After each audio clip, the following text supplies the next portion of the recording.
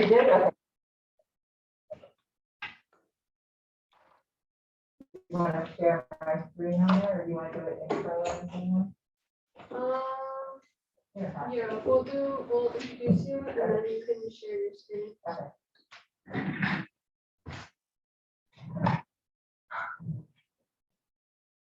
Hello, everybody. I hope you guys are having a good week and I hope you guys had a good spring break. But it's back to get back into the swing of everything. So before we start with our presenter today, I just want to go over a couple things. So we are starting our service project, which is going to be for the Most Holy Sisters. And it's going to be a clothing or toiletry drive. It helps women who are trafficked and everything, so it's a really good organization. There's going to be a box at the Forum campus and the Metro campus. We'll send out another email specifically where the boxes are, but they'll be out within the next couple days, so take a look for those. When you hand your donation, just take a picture of proof that you donated and send it to us via the email or the Instagram, so we can give you guys credit for it.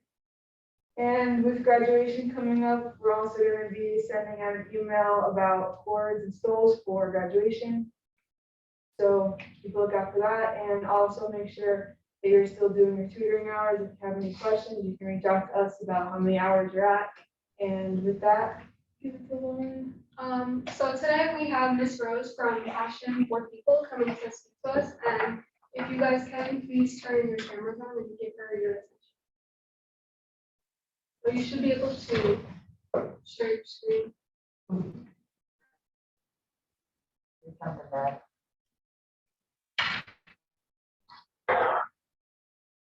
Okay, do I do it, Lauren? I'll share my screen right there. Yeah, do you have the? To the PowerPoint up. That would be-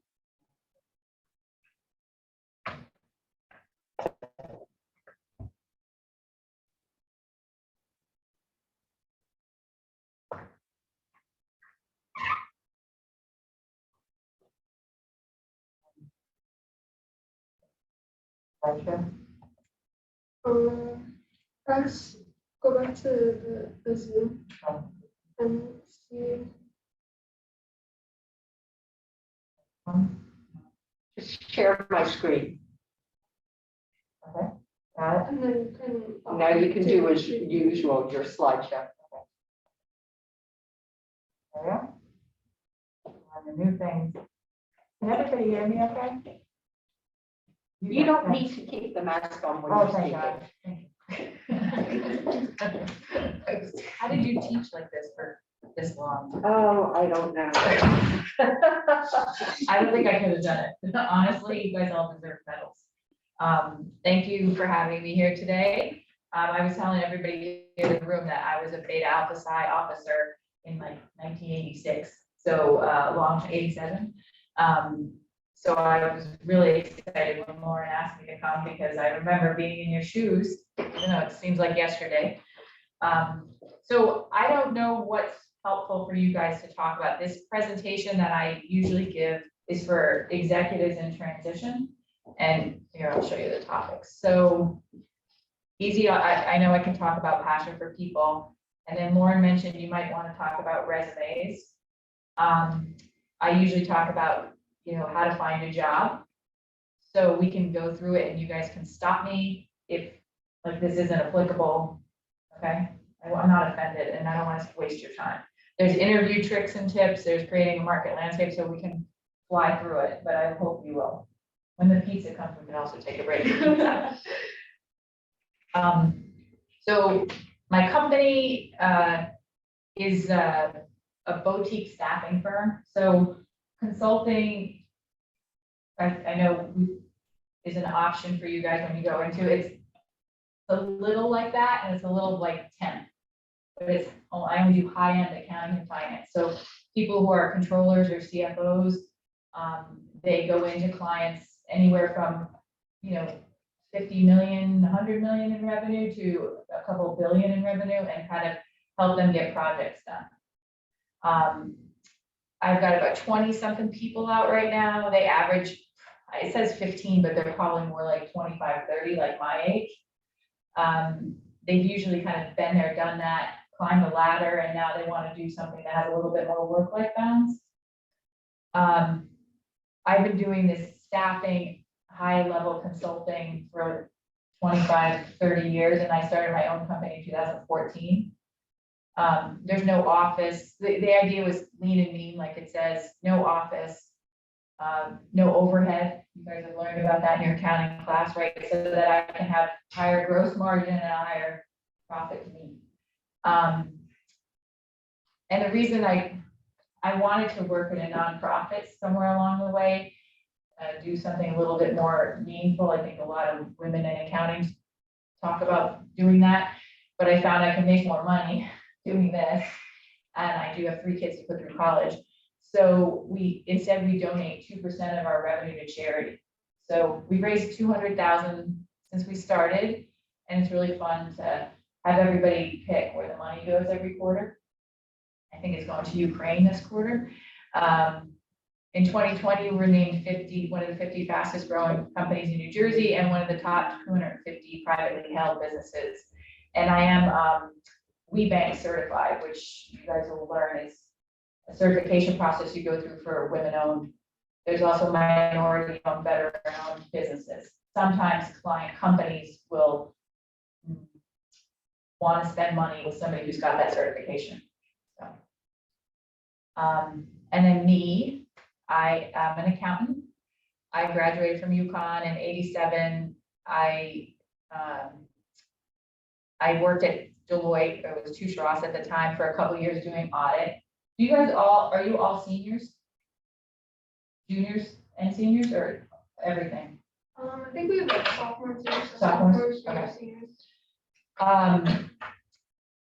So they recruited on campus back then, and it was the big 8, not the big 4. And so I went to work with Touche Ross. It merged and became Deloitte. I worked a couple of years. I didn't love auditing, so I quit to go skiing, which don't tell your parents. I even told you that. And then I ended up kind of doing the consulting temp thing, out being at clients, and I like the work-life balance, and I could take a lot of vacation. So then I started working for a company that placed those people, and I've been doing that ever since. So, yeah, we started Passion for People in 2014, and now we're about over 3 million in revenue, maybe 4 this year. And because of COVID, I have employees in 14 states now because everybody's remote. I hired somebody in Arkansas this morning. I'm learning a lot about geography and time zones. So I did this, and I didn't even know if it's applicable because you guys are already in college. I did this when I'm presenting to a high school about like the different career paths, because I think accounting always gets a bad rap and people always think that we're boring or whatever, and I disagree wholeheartedly.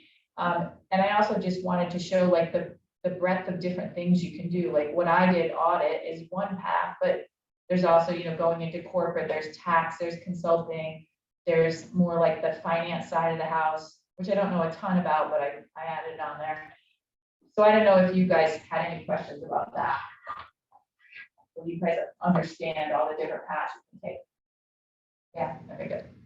Because it's a great career. Excuse me, let me just say, we also have finance majors here. Oh, We're not okay. just accounting. Okay, majors.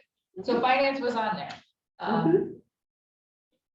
But like I said, I'm not as sure as that path as mine, and mainly, well, actually, I place people in all of these things, except for like the private equity space on the side, but they're my clients a lot of the time. This is more like how to find a job, and if you've seen this kind of funnel presentation before, right? You kind of do a ton of activity, and it dwindles down to even better things, and then down to the bottom of a job offer. And these are kind of all the different places you're going to be looking. I think that's kind of basic. This might even be old because now there's so much on the internet, but about 250 resumes, 4 or 6 people will get interviewed, only 1 will get a job offer, right? So you got to do a lot of the resume part, the presenting part, and don't get discouraged because it's just a numbers game, right? But responding to job posts on the internet, like LinkedIn and stuff. Again, maybe at your age, it's different. At the more senior level, only 4% of the people get a job that way. So a lot of people, it's easy because the rejection is silence. And it's not to your face rejection, but you're really 96% of the time, you're not going to be successful. So it's better to spend time networking. Which I think is on the next slide. Networking and talking to people, and like Lauren, I met Lauren's mom. Lauren's mom told me she was in accounting and she was looking for internships. I connected her with one of my friends at GAF. Those are the kind of things, your parents' friends. So like on LinkedIn, make sure you're connecting with every single neighbor you have, anybody you've ever met, any soccer coach you've ever had, anything like that, because you just don't know who they know. And that's the power.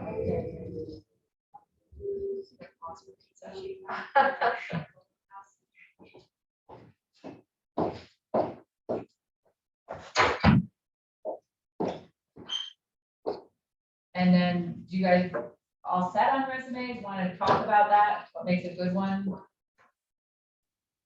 Everybody have one? Yeah, and the school helps you with it?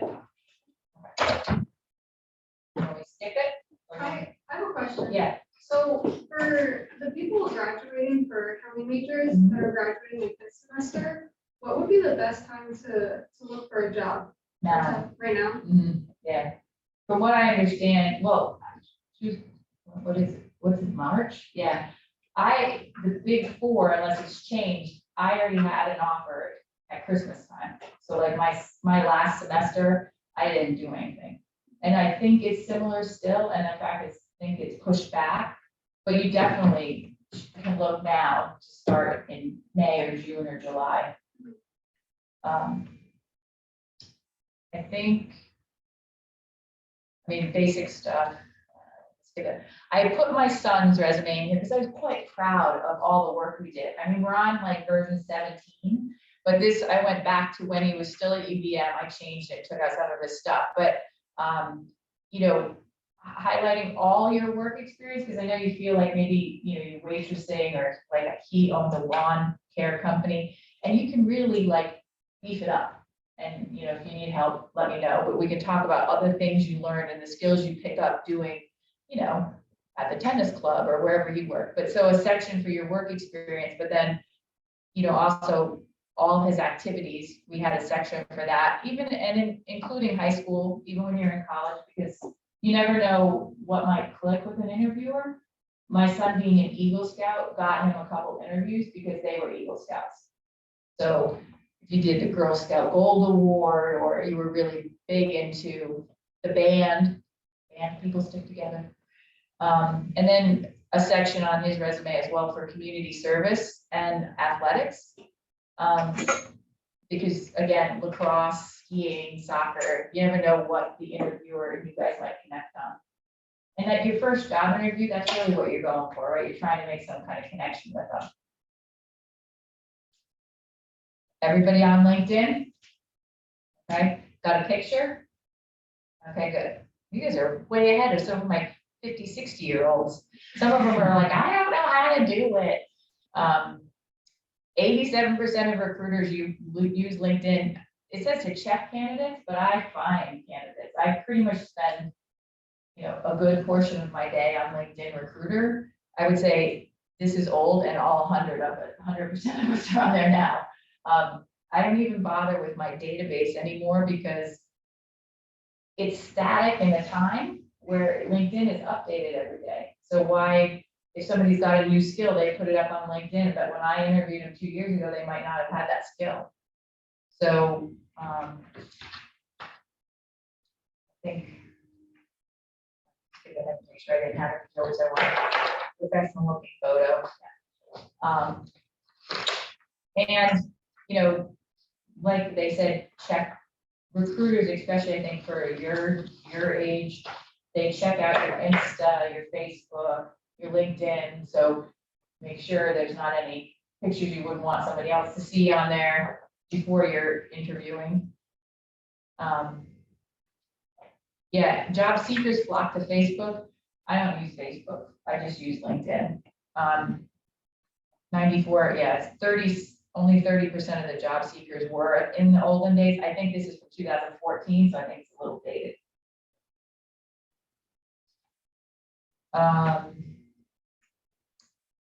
Ask for recommendations. I think not all this is applicable for you guys. And I changed it from 500 plus connections, which I tell people my age that they have to have. I would say at least 100. How many of you guys think you have 100? You had a question, huh? Yeah, on your resume, would you put your full name or the name you prefer? Because my LinkedIn is Mike McDonald, not Mike McDonald. Is Michael? Michael's my full name. Yeah. A lot of people put, we'll go back to if it was Joseph, Mhm. and then in the middle, they'll put Joe in parentheses Smith. Okay. Most recruiters know that if you have Mike, I'm gonna look up, and I don't find you, I look up Michael. Okay, So, yeah, unless there are a lot of people who go by a completely different name, like their name is long and foreign, so they go by Sue or whatever, then definitely put that in the middle, depending on what, and then also I'm married. So if you look at my LinkedIn profile, I have my maiden name in parentheses because any of my friends before I was married, might not know my married name. So that was a good question. I don't know how much, so how many are seniors? Okay, and has the job search process been for you guys? Have you been looking? I think a lot of us have, an extra year for the 4+1 program, so we can get our master's and 150 credit. Okay, So I think most of us have been just looking for internships. okay. I think you could ask some of the students online too today, so that some of them are in the 4+1 and I believe have gotten their jobs senior year, so they're finishing up this year, but they already have jobs. I saw Emily there. Yeah, so I interned last spring with Cone Resnick and I got that internship through our placement and outreach program. And they offered me a full-time job. And then over the summer, I also interned with EY and got a full-time job offer from them. So So which one are you taking? Cone Resnick. Oh, yeah, that's good. Sorry. I just moved something. Yeah, I have a couple of friends' kids who are accounting majors, and I know some of them have gotten offers before, and they wait for them for the final year. Do you think you guys want to go into the audit side of the house, or do you want to go in maybe a corporate or a different path? I personally think I want to do audit. Okay, audit, okay. So I think you definitely should still be calling all the places you already worked, right? Because you did one at my friend's firm. What was the firm you at? The smaller one? GAF, No, the CPA firm. David, or with them? With them, yeah. To see if you can get in for the summer. Do you have the summer off before the program starts again? No, you have to go right through? Oh, wait, no, I'm working, or I have an internship Okay. for the summer, Okay, great. Okay. so. But it doesn't hurt, I think, for the audit side for you guys to look now, and I think they will wait. Because you guys are in pretty high demand. So. But this is more about, looking for a job, right? And setting up some kind of tracking system so that you can keep track of who you've reached out to, which is what we call a market landscape. So if you decide you want to go the corporate route, that was a funny Game of Thrones. So the power of LinkedIn is that the connections that you have, that once you connect with me, after this meeting, I expect a LinkedIn request from everybody. I have like 3,000 connections, so you get 3,000 seconds, right? And so when you research a company that you say you want to work at, if Hoffman LaRoche still exists, I had to take a picture because that was one of my clients. If you want to work there and you put it in the LinkedIn tab and it shows you all the people you know, first or seconds. So you're young, you probably don't have any first there, but you might have some seconds. And when you click on it, it'll say, that they're connected to me, or they're connected to your teacher, or they're connected to your mom, or whatever. And then I kind of show in here how you can use that. So here's just an example. We'll just go through it fast. So say you want to work at Integral Life Sciences, or that's one of the companies you're targeting. And when you say targeting, you've listed all the CPA firms or all the firms within your geographical area that you want to work in. And you put them on an Excel spreadsheet, and there could be 100. Okay, you can go to the book of lists in New Jersey, and you can say, I want to know all the large employers. I want to know all the retail, whatever industry you're excited about. So say it's pharma, because that's like New Jersey's lifeblood. And you see this company, it's not too far from where you live. Okay, so who do I know there? Well, when you go in there, you'll see all these names listed. And so Alan is the VP of corporate accounting. Well, I want to know him. That's where you guys want to go, right? Into accounting. So you kind of open up Alan's profile. And I think the next slide shows, these are all the ways I'm connected to Alan. Okay. And so I look at it and I say, ooh, Steve Rivera, of all of those people, because you know, sometimes you're connected to somebody just kind of casual. Steve's a good friend. So like, I don't feel a problem asking him. So I'm going to reach out to Steve. And this is the secret to the whole thing, is you're just going to reach out to Steve. I tried to change some of this stuff for you guys. I'm graduating. I wanted to reach out to Alan to see if there might be any opportunities there. Would it be okay if I use your name when I reach out to him? See, that's the key part, is you're not asking Steve to do anything, okay? You're just saying, can I use your name? And almost 99% of the time, somebody says, sure. My response would be, oh my God, I love Alan, you know? So underneath there is like what you'd say to Alan. I couldn't change this one because I didn't have time, but you'd say, you know, my name is Ina Rose, or whatever your name is, referred to you by Steve Rivera. And in the subject line, you also say referred by Steve Rivera, because his connection to Steve is going to get you the email open, right? And that's all you want, is him to open the email, because that's pretty much like the hardest part. And then you say, you know, I'm graduating soon. I was just wondering what opportunities might be at Integra. Would you have time for a quick coffee? Now, pre-COVID, I would say you want to meet face to face. That's most of the time people are going to do something for somebody that they've met. On the phone, second, and third, you know, if he doesn't seem to be interested, just exchange information. So you got like the 3 levels of commitment, right? Or you could say, I saw this posting on their website. That's another way. I'm going to reach out. Is it okay if I use your name? So if you see a posting, reference the posting and reference it to the other person so that they know what you're talking about. So that's this. And then to email Alan, do I have it on here? There's a website called, just forget the name of it, where you can get anybody's email address. It's called,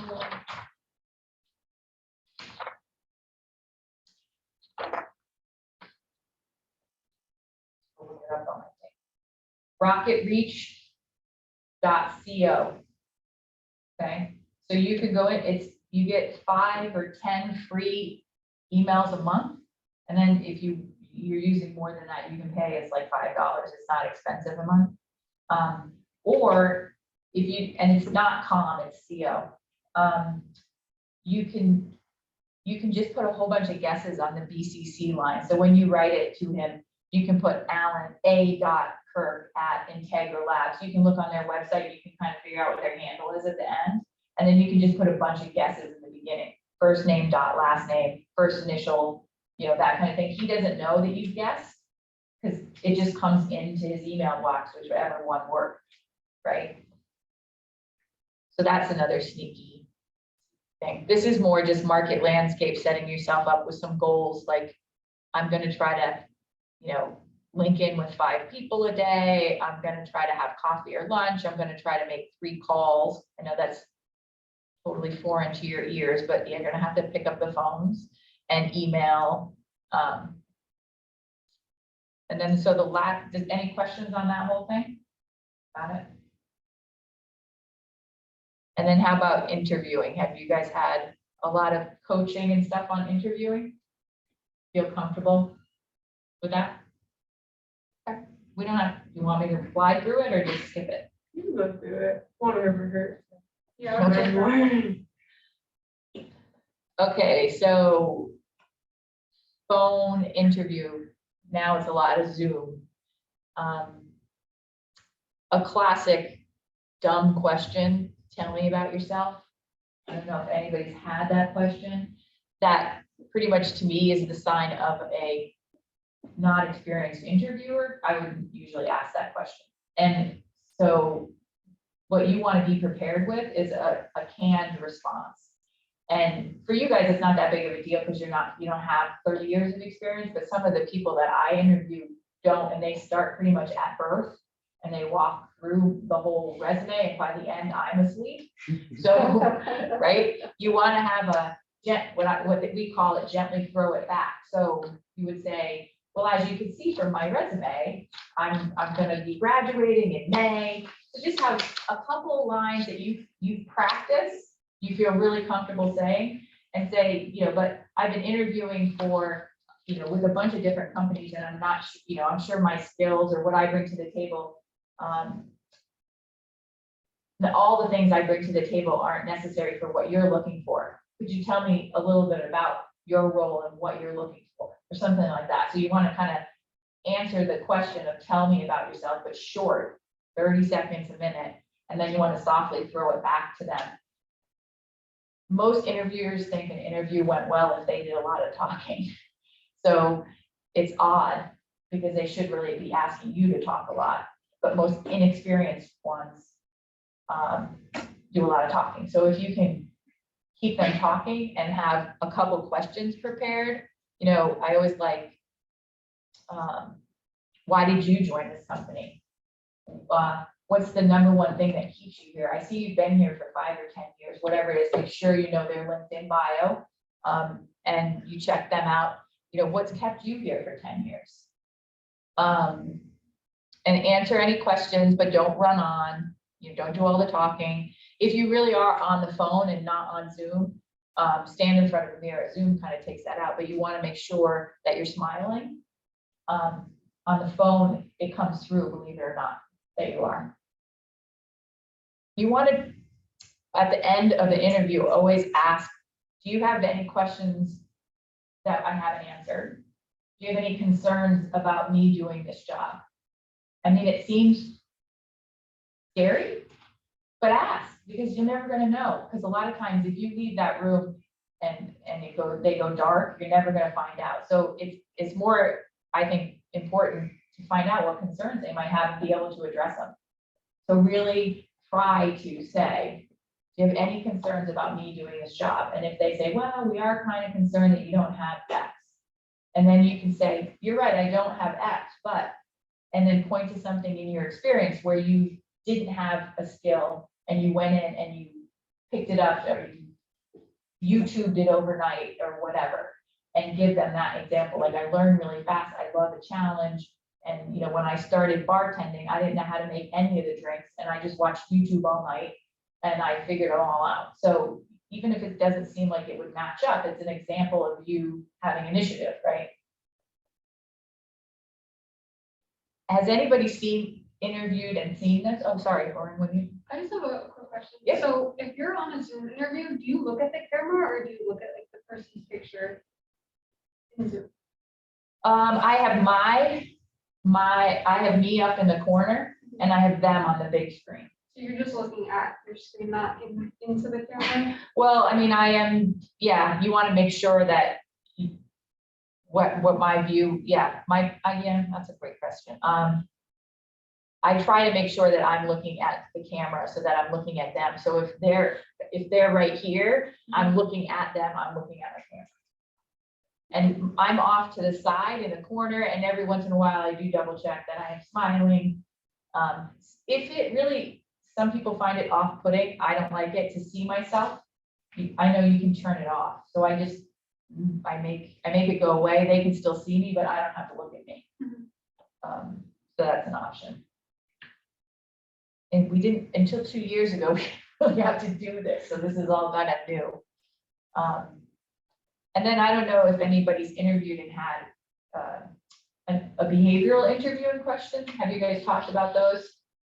Can you tell me about a time when? They usually start like that. Okay, so this is just, you know, how to answer those and make sure ahead of time. I just did a blog, it's on my website, and it's got like the top 10 behavioral interviewing questions that you might hear. And so you can prepare for all of those in advance and just rehearse examples. So can you tell me about a time when you were in, you know, doing a group project and somebody in the group just wasn't holding their own?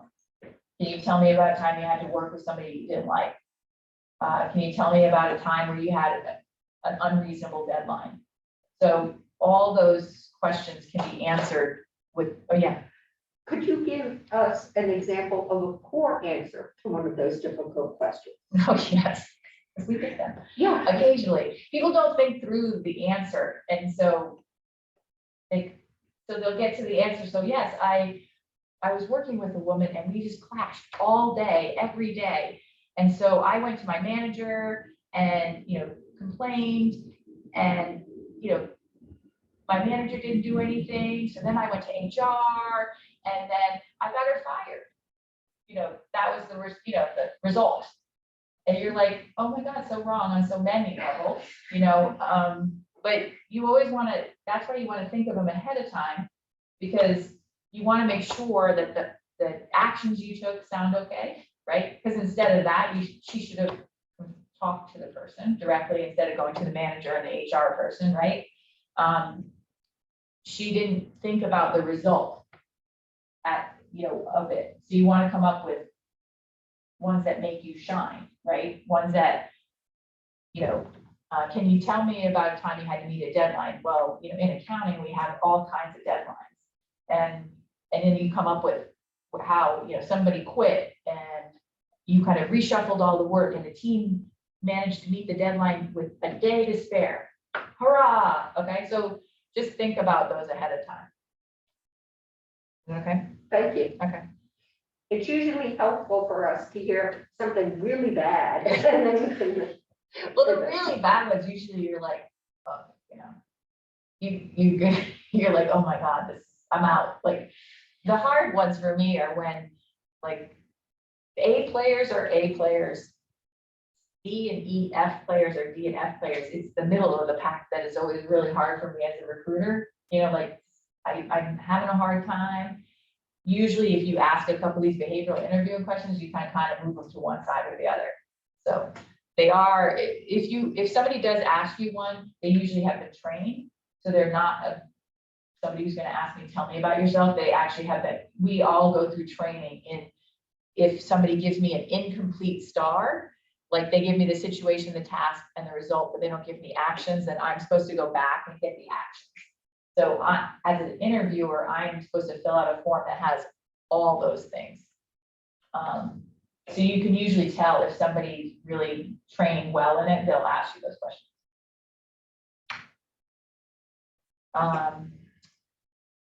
Send an email thanking within 24 hours. If you really want to make a statement, send a card via snail mail. That's been kind of hard because they haven't been in an office, but now that people are going back, definitely. If somebody has been, you know, really helpful to you in the process, you know, like that guy, you reached out to somebody and they said you could use their name, and you do, and then you get a meeting with Integral, you know, sending them a gift card, anything that is extra will kind of differentiate you. A handwritten card goes a really long way these days, just because nobody does it. I had made my daughter try to do one the other day and she didn't even know how to address the envelope. So I feel like at 16, I've really failed.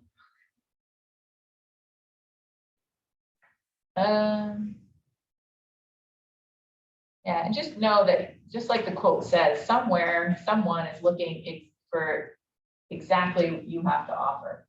And it might feel like a daunting process to find a job, but you totally will. And even if, like me, I didn't love audit, I still landed on my feet somewhere else. And you'll find what you love to do. So don't give up. Or to get discouraged, I would say. And I can't see the chat. Is there anybody online that has questions? I can try to find the chat, or can you see it? Yeah, we can see it. No one said anything. Okay. I have another question now. Yep. You said to send out like a thank you email within 24 hours. What types of things do you like to see in the thank you email? So, just that I get one, which oddly is pretty rare, and I interview a couple people every day. So even adults who have been, in business for a long time forget. I'd like to see, you maybe recapture a couple of things that you enjoyed from the conversation. So, I really enjoy, thank you so much for taking the time. I really enjoyed getting to know Integral, for passion for people.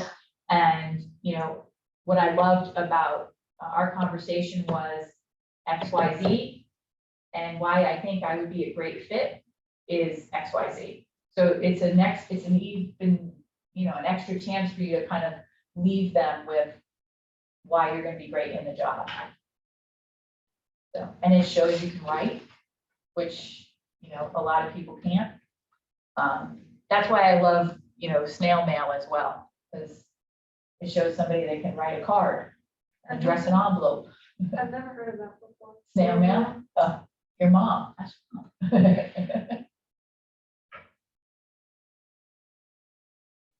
Regular postal service. How about that?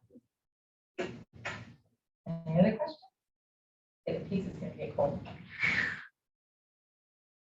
How about from the people on, online? Any questions from our, Lauren looked in the chat. She said she didn't see anything. yeah, but they can raise their hand. Oh, okay.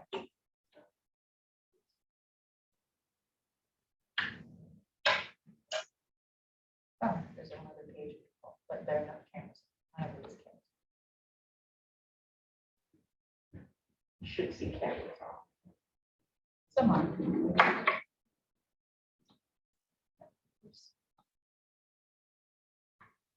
Stop share. Back to you. Yeah. There you go. Anyone? Bueller?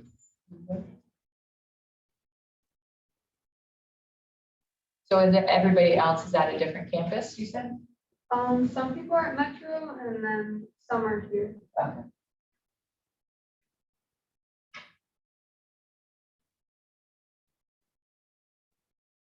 Okay. Yeah. Well, thank you very much. No problem. That was fun.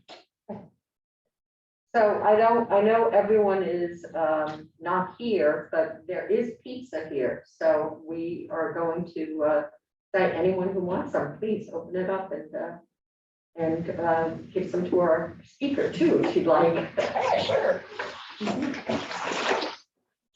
I have sample resumes and that little chart about the career path if anybody wanted it in a hard copy. And I can send you the deck that you need to. You could send it to Lydia or I can send it to the members. Okay. So do you get clients, or so are you solely serving as clients, companies, or do you also get job seekers coming to you? Yeah, no, I mean, I started a blog, it's on my website for job seekers. Because during the Great Resignation, I felt like I was just doing the executive in transition spiel. And it takes me to do it one-on-one, it takes me like an hour and a half. Okay. And I felt like that's all I was doing. And so I was like, okay, I'm just gonna put it all out there. And then I send people to read it now. And then I say, then we'll set up time and you can ask me specific questions. So what I just did, I put all out on the blog.